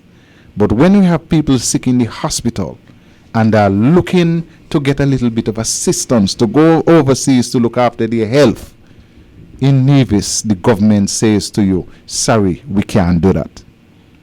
I am told by some people that they are trying desperately to get their children to go overseas to study. One young lady said to me that, listen, her son was supposed to go overseas to study criminal justice and got a letter from this heartless, wicked government here in Nevis to say that criminal justice was not a priority. And that is only one of the persons who I heard who were trying to go away to study criminal justice. It's not priority. And the government says that criminal justice is not a priority. And with so much criminality in this federation. And with 7 people dead for the year so far in Nevis. Well, there was one with medicine also. When they told me that the government said that criminal justice was not a priority, the only thing that I could say to the person is that 6 persons have been murdered so far for the year in Nevis. Well, my good lady, let me amend it and say 7. And the government and the police who investigate crime and the DPP's office who is supposed to prosecute these crimes, they have not arrested one single person for the murder of Leon Gomes or Rondell Chapman or Morella Webb or Sharif Williams or Elvis Lawrence or Lydia Pemberton or Benjamin Joseph. 7 Nevisians have lost their lives so far for the year. And the government, the CCM government in Nevis, led by Van Samri, with the deputy being a lawyer, they have written to more than one parent in Nevis to say that criminal justice is not a priority. You know what that translates to? That translates to the safety and security of the people of Nevis is not a priority. Gentlemen, that stunned me more than anything else. I don't know what to say to that. I am less speechless. What, Sean? Well, remember when the NRP had the one-to-one laptop program? I think most people benefited from this program. The minister, Mr. Brantley, said in so many words that people should sell their laptops. Now, what we're seeing here is we're seeing a government that doesn't care about the future of its own people. And I have to remind our listeners again that one of the first things that Mr. Brantley did as the Minister of Health was to expand the morgue. And people need to remember that. If you drive right now behind the hospital, there's probably a acre that has been leveled. I'm not sure what it's for, but I see vehicles parked there, and I believe it's some of the workers who are working on the hospital. Their vehicles are facing the hospital, and what you see when you come out of your vehicle is the expanded morgue. That is what they're greeted with. So when I'm hearing that they're saying that this field is not a priority, we must be the only country existing on this earth that would say something like that. Because everywhere, I was just looking at on Instagram with Andrew Holness, the Prime Minister of Jamaica, speaking about reducing the level of crime in Jamaica. This is on Instagram. But yet our Premier is nowhere to be found. Our Deputy Premier is nowhere to be found. Alexis Jeffers, nowhere to be found. When I don't care what you want to study. Under the Nevis Reformation Party, Mr. Parry said there must be a college graduate in every single home in Nevis. Started with Simeon Daniel. But this was the vision of and it still is the vision of the Nevis Reformation Party. That if you wanted to go and study, once you come back with a degree, you're enhancing your community, you're enhancing your island. How can you tell someone that this is not a priority? Would the minister tell his daughter, don't go to college because what you want to study is not a priority? These things won't happen, but it is good for him. But when it comes to the people of Nevis, they don't care. And I keep telling people, the only time that you would see the minister coming into Brownhill, into St. John's, is close to elections, when you see his glass turned down and he's driving back and forth picking up people instead of letting the buses take them. The Premier of Nevis would have said to Nevisian that education is not a priority. He would have said to us, you don't need any education, all you need to do what? Is to love your country. The Minister of Health would have indicated to us very early that healthcare is not a priority to him. He said it is your responsibility to take care of the healthcare. And so he came to office and he met something there where the NRP party would have assisted people to the tune of over $600,000 for healthcare assistance overseas. And less than a month in office, he indicated straight up that he's not going to do that. You're going to survive how you can. These are the same poor people who voted for him. Here we were trying to assist poor people. And you said that we were wrong. Okay, and so when you come down the line, you realize that nothing to Mark and Vance is a priority unless they are in a position to benefit. Remember, for Mark, federal election was not a priority. Nevis Jones was not supposed to take part in federal elections. He made it abundantly clear that he refused to take part in the federal elections, because for him it was not a priority until he found himself in a position to run in the same federal election, and it becomes a priority. This is the same man who told us that no politicians in St. Kitts love the people of Nevis, and so he want secession from St. Kitts. Now he find out that the Prime Minister so loved the people of Nevis. This is the same man who was telling us that defense in the island of Nevis with assistance from the Defense Force was not a priority. Didn't want them here. Now today he's singing their trumpet that he's happy to have them over here because he invited them over. And so it is not a priority. Education, again, is not a priority. Laptop to help your children with education was not a priority. And so therefore, he stopped the laptop and gave them an empty knapsack. Education is not important, so therefore he stopped the homework assistance program, the Reading Start With Us program, anything to do with education.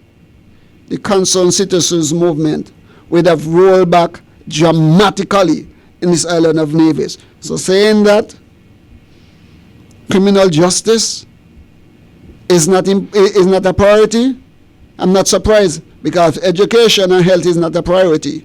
Then what else is? Gentlemen, as shocking as it is just a reflection of the level of deceit practiced by the CCM administration. Remember that the same people who have been told, listen, we're not interested in you going away to study an area that could help your country, such as criminal justice. They are being told that when you go away and come back, it's in the manifesto, so it's still valid. When you go away and come back, we're going to sell your land for $1 a square foot. So could that be the reason why they're trying to prevent or trying to discourage people from going away to study? Because they don't want to give them the land? it is possible. Because if you go away and study, you have the right to come back and exactly. tell them. But more than that, Sean, they are referring people to go to the local banks and to development bank. We're just not interested in helping you. So we are not going to give you any money, but we are going to come to you and tell you we want your vote. We are going to sit down by a bar and we are going to leave a little $5 with the bar owner and say, listen, get to lower beer, but I don't think you must give Sean one. No, associate it with beer unless a ginger beer. You keep the beer from invite them out. All right, we'll take another break. When we come back, we want to have some discussions with you. We still want to look back at that unbiased judgment. Back after this. You're listening to Choice Community Radio 105.3 FM, your community station. Seabridge SKN announces their daily schedule between St. Kitts and Nevis. The boat departs Nevis at 7 a.m., 9 a.m., 11 a.m., 1, 3, and 6 p.m. That's 7 a.m., 9 a.m., 11 a.m., 1, 3, and 6 p.m. The boat leaves St. Kitts at 8 a.m., 10 a.m., 12 noon, 2, 4, and 7 p.m. That's leaving St. Kitts at 8 a.m., 10 a.m., 12 noon, 2, 4, and 7 p.m. Seabridge SKN, bridging the gap. Yeah, my name is Chris Martin and dancing to the fullest. You don't know. I'm here say from you want investment, development, and good education for the kids. Me have to big up NRP. You don't know. Smartin representing for the NRP massive. Love yourself, believe in yourself. You're very important. Hashtag NRP a big deal. Alright, listen up. VIP. NRP, them a VIP. Nevis and Nevisions, them a VIP.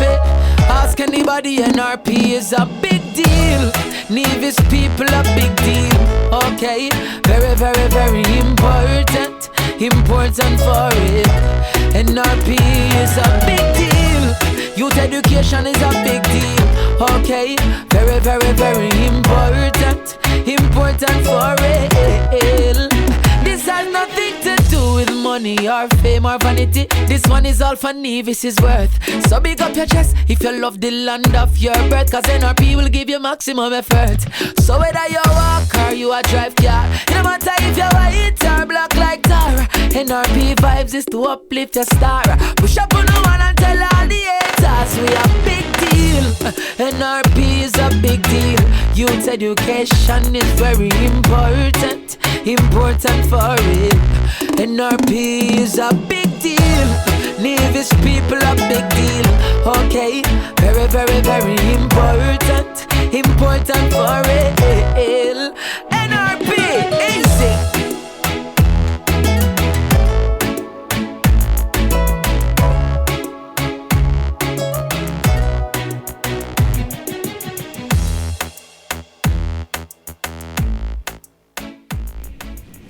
Thank you very much and welcome back to Tell Me, where the time has absolutely flown away. We're in the final half an hour of Tell Me for this week. And let me say, as we start this final hour, that next week, the Nevis Reformation Party will be hosting a press conference on cannabis, marijuana, ganja, call it what you may, Next week, when? on Monday, August 28th. from 10 o'clock in the morning at the Credit Union Conference Room. And as usual, we encourage people to catch it live. It will be carried on Freedom. And it will be on the Nevis Reformation Party's official Facebook page. And it is not a press conference where we talk out to you out there. We're encouraging members of the public and members of the media to come in, attend the press conference, and to participate, ask your questions, make your comments, and so on. So that is next week, Monday, 10 o'clock in the morning, from the Nevis Cooperative Credit Union Conference Room, where we also brought you other press conferences. Come and be a part of this one and make sure that you get your questions answered. The NRP started a couple of years ago with information on our plans to decriminalize marijuana here in Nevis. And we had 2 town hall meetings. And we've been on radio talking about it. And we're saying that if so many states in the United States of America can move forward, and if states in the Caribbean are now moving forward with their plans to decriminalize, that Nevis will not be left behind. Israel, Canada. We know that after we started our discussions and after we started reaching people, and people started becoming very receptive, that the Prime Minister went ahead and said that they were going to set up a committee to discuss and look into and reach out to people on this matter. I think they have so far named a grand total of 1 person on that committee, and they have not gone any further. The Nevis Reformation Party is continuing with its plans to not only hear from the people, but to discuss with the people. But we actually have a policy which is now written and which we are able to discuss with the people and to say to you that we are totally against our young men in particular going to prison because they are caught with a spliff. And there are some people in the society who want people to believe that it is only a couple of young men who are using marijuana. I've been told that a large and growing number of young women are using marijuana, and an even larger number of middle-aged professional people are using marijuana, and an even greater number of our senior citizens are not only cooking with the marijuana, but they are making tea with the marijuana. And we're saying to you that I do not want to see any 75 years old or 80-year-old man or woman being hauled before the court because they have some marijuana bush to go and make some tea for relief of their pains, whatever they might be, or for whatever recreational use that they might have, that the police pick them up and say, we are going to take you before the court because you have marijuana in your possession. I do not use marijuana myself. I believe that God made me in such a way that maybe I have marijuana born in me. So I don't smoke. And I have no desire to start smoking at my old age. I don't pass 52, so I could call myself old. But for those persons who want to use the marijuana, the Nevis Reformation Party is saying that we will offer you some protection, that we will move to decriminalize marijuana, whether it is something that you use as a sacrament in your religious habits, or it is something that you use for relief from pain or whatever. We are making that move. And so on Monday, we are having this press conference, which will be the climax of all the work that the NRP has done on marijuana. We had the 2 town hall meetings. We have been on the radio speaking about it repeatedly. And we are now having this press conference so that we could have our wrap up with respect to this. And this is something that will feature in the NRP's manifesto for the next election, whenever the bell is rung. Tulu? So, all across the world, people are killed every day because of alcohol usage, drunk driving. Across the world every day, men put in their alcohol and go home and beat up their wives and their children and what's not. I have not come across in my lifetime yet where a person use marijuana, get in their vehicle and go down the road, doesn't have a clue what they're doing, and mold down people and kill them. I haven't in my lifetime know of any person who use marijuana, go home and beat up on their wives and their children because they are so impaired. And so the dangers that they put across that marijuana does, I haven't seen any evidence of this. And so I believe in the decriminalization of this drug. Not drug, because it's not a drug, it's a plant. If you tell me Sosa Bush and Maringe and the Noni, all of them are drug, and you put them in the same category, then I am saying that the time has come for us to change the laws in regards to this. And what we need to have as illegal is alcohol, because alcohol has done more damage and is doing more damage to people in terms of their health, in terms of every other aspect of the social aspect of society.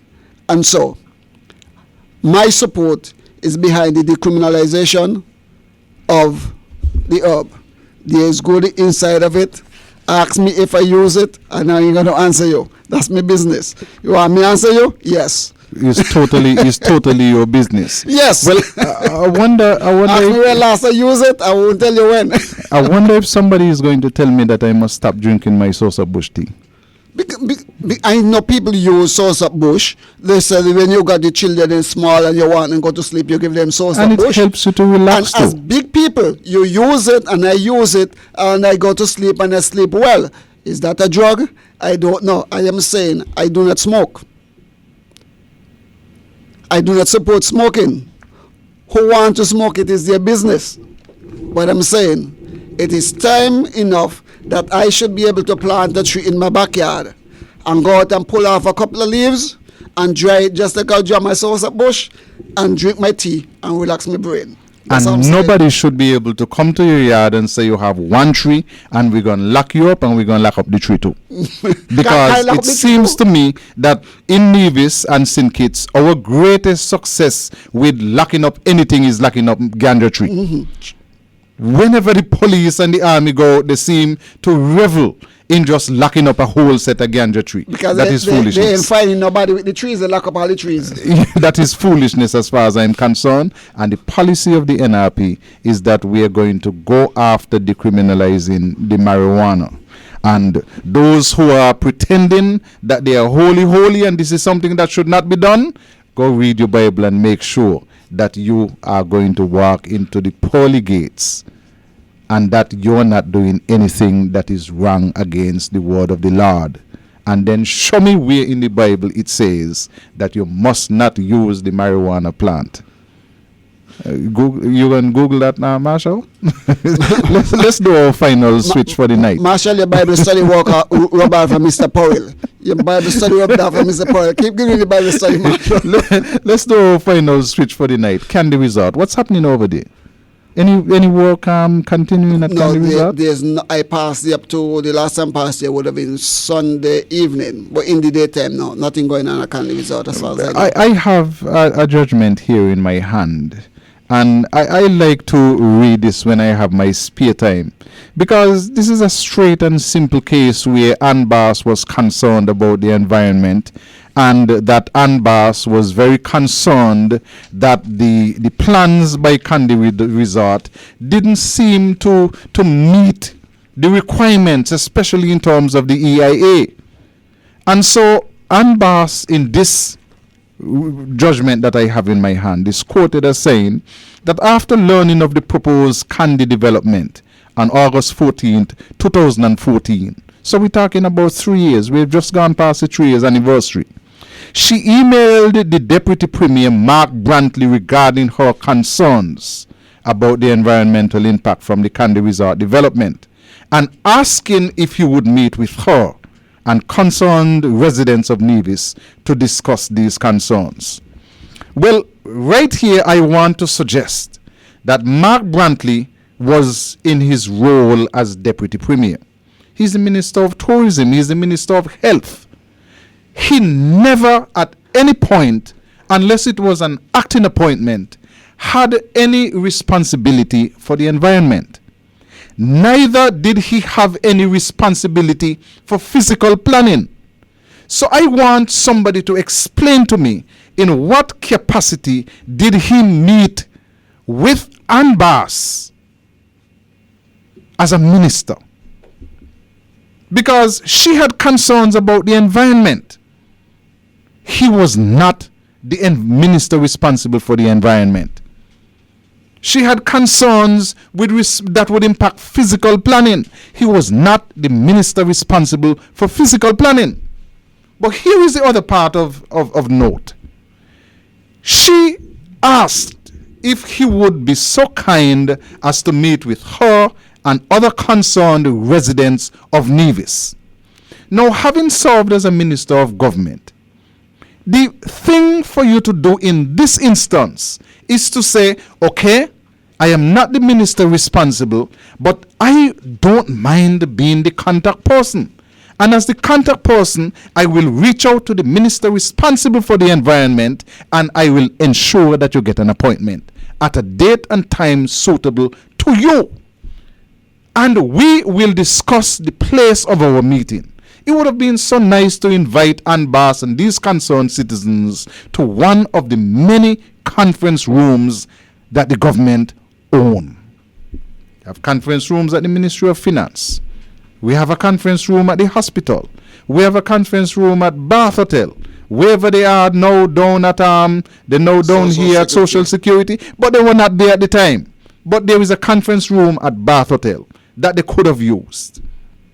Instead of that, based on what I am reading here in the next paragraph, on August 17th, which is 3 days later, pursuant to my invitation to discuss these issues, Mr. Brantley met with me at my home on Long Hall Bay to discuss my concerns.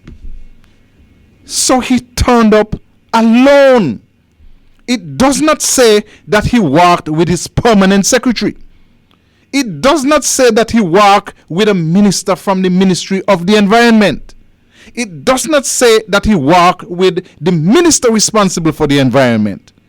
So you have all of these concerns that a private citizen, albeit a very wealthy private citizen, asks the deputy premier for a meeting, and that the deputy premier, knowing that it was a matter to deal with the environment, did not see it fit to invite the Minister of Environment. And he did not see it fit to invite that private citizen to come to his office or to meet at a conference room that the government owner operate, or to meet at the office of the minister responsible for the environment. This does not say that the other citizens came to the meeting. It says that pursuant to my invitation to discuss these matters, Mr. Brantley met with me. It does not say with me and others at my home on Long Hall Bay. So this was a little private meeting between the Deputy Premier and Miss Ann Bass. It continues. My concerns regarding the environment impacts from the proposed development and the need for careful planning on Nevis that best considers both the long-term and the short-term interests of all Nevisians. Listen to this. Mr. Brantley then asked me if I would be interested in purchasing the 4.4 acres on which the Candy Resort was being proposed if the developer wanted to sell the land. I said I would be interested. You know what is curious about this? Having made the decision that even though the matter of the environment was outside of his remit as a minister, Mark Brantley went to the meeting. Now, I find this to be curious. Did he think that he could make decisions and speak on behalf of the Minister of the Environment?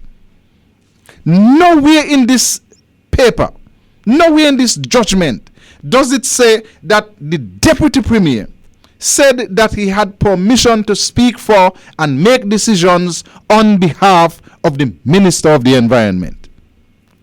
He went to that meeting as the Deputy Premier. That is what the lady referred to him as.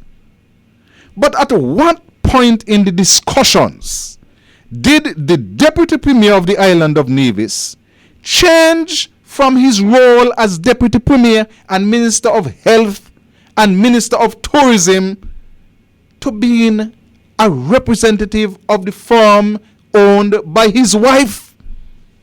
Because you hear the question that he asked. Mr. Brantley then asked me if I would be interested in purchasing the 4.4 acres on which the Candid Resort development was being proposed if the developer wanted to sell the land. So who gave him that authority? Was he speaking on behalf of the developers? Was he speaking on behalf of his wife? Did he have the authority on behalf of the government to sell land that was not his? And I have to ask that final question, because remember that monies for land belonging to the government came to Nevis to the account of the Premier of Nevis and his wife. So you got to wonder and untangle all of this confusion. On August 20th, 3 days after the meeting, I emailed Mr. Brantley photographs showing the dramatic change in the shoreline since the property had been clear-cut for the Candy development. Mr. Brantley responded and acknowledged that, quote, "This is sad." That's all he had to say. Where is the environmental impact assessment? When would the Deputy Premier refer this matter to the Minister responsible for the environment? There is nothing in here to suggest that at this point that he communicated with the Minister responsible for the environment or upward to the Premier to suggest that, listen, something is wrong. He responded to the person who invited him, the private citizen and boss. This is sad. Well, if it is so sad, what did he do to stop the project from moving ahead without the proper EIA? 1 day later, on August 21st, Mr. Brantley emailed me that he had met with the Chinese owners of the property and that they were clients of Sharon Brantley, his wife, and the developer's real estate broker. Nothing in the judgment says that Mr. Brantley had met with the Premier to discuss the matter. Nothing in here says that he had met with the Minister of the Environment to discuss the matter. Nothing in here says that he had met with people from the planning unit to discuss the matter. Nothing in the judgment says that the Deputy Premier had taken the matter to the Cabinet and met with them to instruct them, inform them, to advise them of what was happening at Candy Resort. Instead, the Deputy Premier of Nevis went and met with the Chinese owners of the property. And he instructed that they were clients of his wife, Sharon Brantley, who was the real estate broker for the Chinese people. Mr. Brantley said that the Chinese owner were prepared to sell the property. They wanted the sale to happen quickly and I should communicate with Mrs. Brantley. So here is my concern. When the Deputy Premier, Mr. Brantley, went and met with the Chinese owners of the property, who was he representing? Was he representing his ministry and he was not the Minister for the Environment? Was he representing the government in putting pressure? Because he came to the Chinese developers as a big figure in the government. The Deputy Premier That's a big man with big weight. So when he stood up in front of them or sat down with them and they were knocking the glass with the expensive rum or whiskey or wine or whatever, was he putting pressure on them as a lawyer from the firm of Daniel Brantley and Associates? As the husband of dear real estate broker Sharon Brantley? In what capacity did he go to the Chinese people to tell them, to demand of them, to insist of them that they sell the property? Because it couldn't be that he went to tell them, good morning, how are you doing? And then found out from them that they were prepared to sell the property.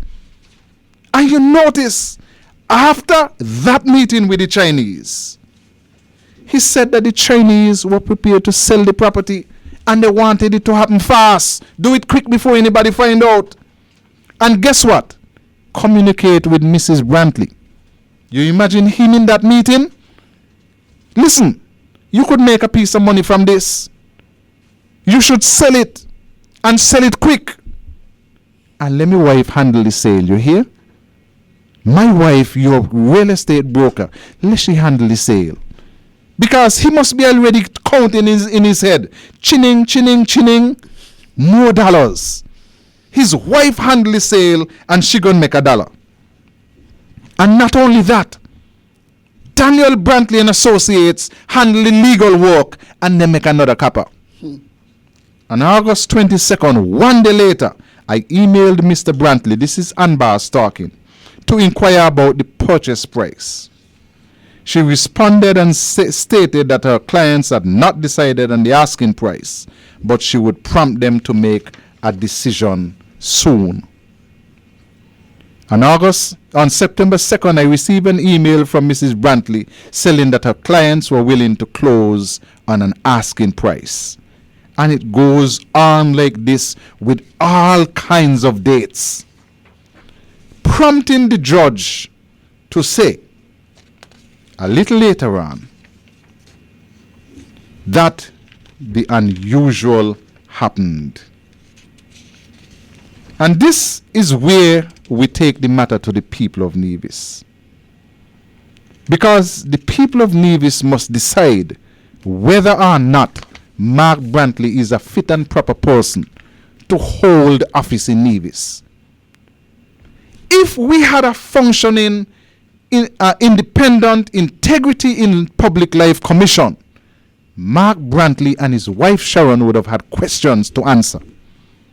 Because in paragraph 115, written for posterity, you find the words of Justice Ramdani. There is evidence that the unusual happened. The deputy premier and his wife began to speak for the developers who had submitted an application for planning permission. Talks of a sale of the property began. So this is where I have problems. That Mark Brantley was elected to serve the people of St. John's and Nevis. But in this case, it is clear to me and clear to any sensible person who would read this that Mark Brantley went out to represent the interests of Daniel Brantley and Associates, of his wife Sharon Brantley, and of himself, and he did not care two hoots about the people of Nevis. We have to make a decision whether or not this is something which is palatable, whether or not this is something that we can live with, whether or not this is showing proper integrity in public life.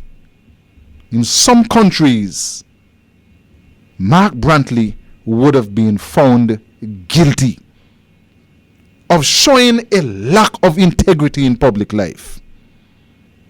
And this is where his end would have been.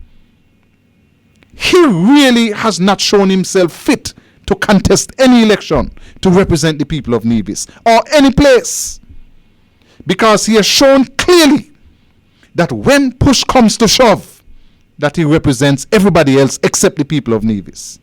You heard what Anbas was quoted as saying? When he came to meet with her on an environmental matter that she raised, he asked the question, would you purchase the property if it were available? Lord in his mercy. This has to be wrong on every single count. This must be wrong. And let me tell you something. When a judge in a high court can say this about a lawyer, you know that is written in diplomatic language. And if only it were written in plain street language, he would have said, I smell corruption. When you smell corruption, can't be far behind. I've taken us over time. Tulu, you could have a brief final word because we are way over time this evening. The only thing I'm going to say from what all that you read there is we are told wherever you see smoke, some sort of fire is there. And this is only up here. But then if you go to examine, you'll realize perhaps that there's a multiplicity of these kind of transactions took place. And so, we leave it there for now. Every week you hear from me, you will hear about this unbiased judgment. And you will be able to see the involvement of the Deputy Premier of Nevis looking after himself and his family and not the interest of the people of Nevis. We're going to be back with you next week. Until then, take care and live good. Tell me what you want. Tell me what you need. Listen. Caller, you want to tell me and then we tell you what. Learn. My passion first is for young men to be what we used to call in the boys brigade, sure and steadfast. Tell me, a choice program on Thursdays from 8 to 10 p.m. It's eye-opening. Hello. I want to tell people them be careful what they call Nevis people. Anybody calling us trash, we're going to lick you and we're going to lick you real hard. Thought-provoking. You own people you're calling outsiders. No. Interesting. Hush your mouth, because you don't even know the facts. Oral Martin should have make it his business to notify NNC. Oh, you work at NNC? Let me know. And entertaining. Tell me, heard all over the world on www.choicefm1053.com. What have you got to say? Calling on area code 869-469-5300. From the USA or Canada, call 203-983-8903. From your cell phone, call 662-5304 or text 1053 or email tellmechoice@yahoo.com. Nivisions, near and far, your chance to call in on Tell Me on Choice Community Radio. Tell me what you want. Tell me what you need. Tell me if I'm good enough for you, baby. The views and opinions expressed on the preceding program are not necessarily those of Choice FM Community Radio or its advertisers.